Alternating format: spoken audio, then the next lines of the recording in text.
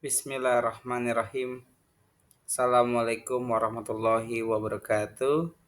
Salam sejahtera bagi kita semua. Om Swastiastu, Namo Buddhaya, Salam Kebajikan, Rahayu.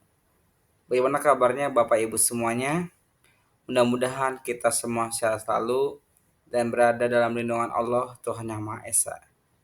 Saya Iqbal Mirandani, mahasiswa Pasca Sarjana Universitas Terbuka pada mata kuliah Studi Komparatif Pendidikan Dasar di berbagai negara. Saya akan menyampaikan tentang topik integrasi efektif teknologi, informasi dan komunikasi atau TIK dalam pembelajaran di pendidikan dasar. Latar belakangnya yaitu pertama, perkembangan TIK mengubah paradigma pendidikan global. Kemudian guru bukan hanya lagi satu-satunya sumber pengetahuan. Siswa perlu dibekali dengan literasi digital, berpikir kritis, dan juga kreativitas. TIK menjadi sarana untuk menciptakan pembelajaran aktif, kolaboratif, dan inovatif. Penguatan kompetensi guru,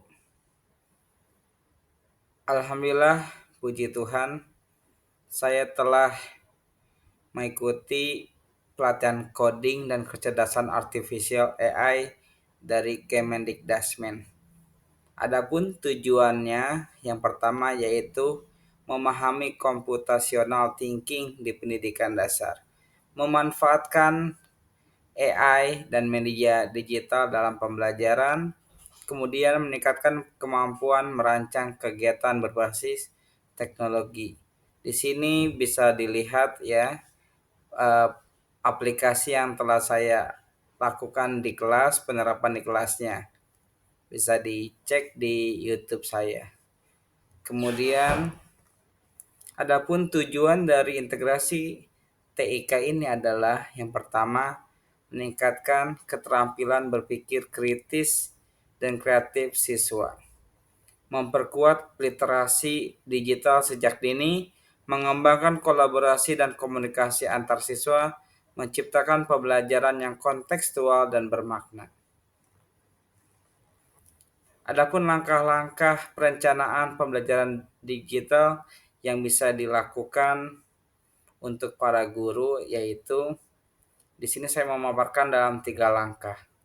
Langkah pertama yaitu menyusun RPP yang mengintegrasikan media interaktif. Kemudian video, simulasi dan juga coding unplugged activities.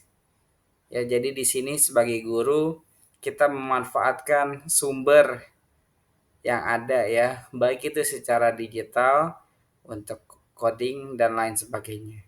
Kemudian menggunakan Google Classroom. Jadi kita bisa mengatur berupa tugas-tugas maupun aktivitas siswa di dalam Google Classroom. Atau bisa juga melalui Microsoft Teams sebagai LMS-nya. Dan mengaitkan pembelajaran dengan kehidupan digital siswa. Langkah konkret kedua yaitu menerapkan project based learning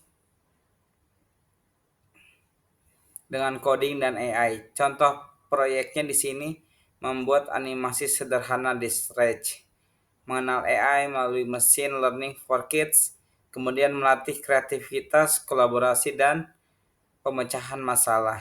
Langkah konkret ketiga yaitu menggunakan platform digital untuk pembelajaran interaktif, bisa seperti Kahoot, Wordwall, maupun Quizzes.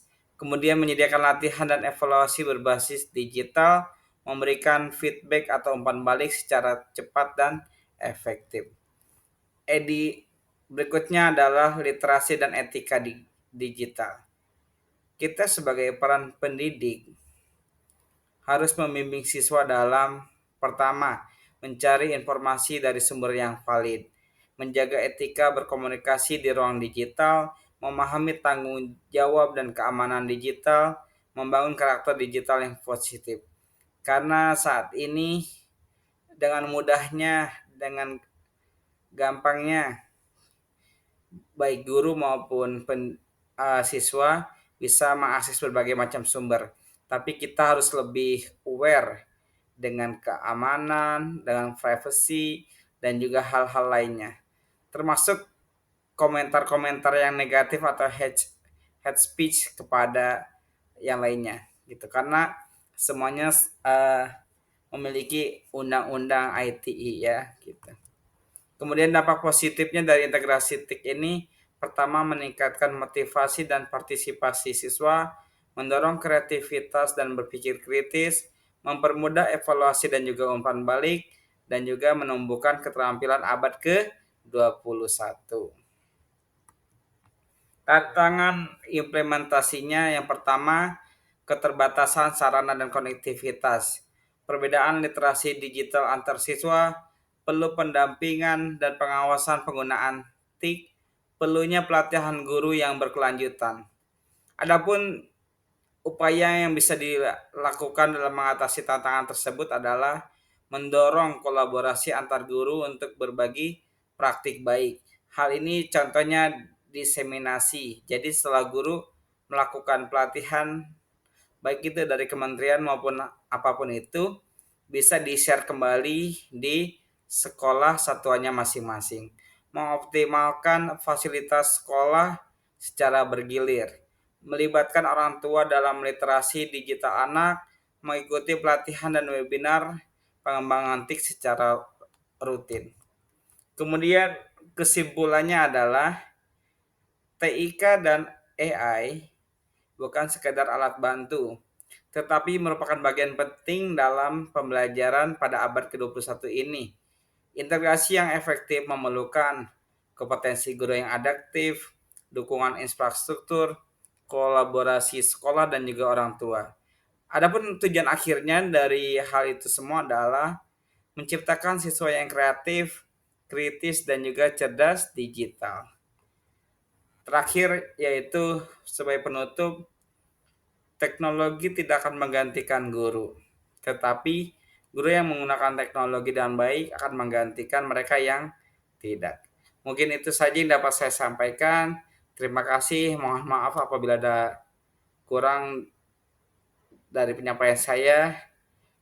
Bila taufiq wal hidayah. Wassalamualaikum warahmatullahi wabarakatuh. Salam sejahtera bagi kita semua.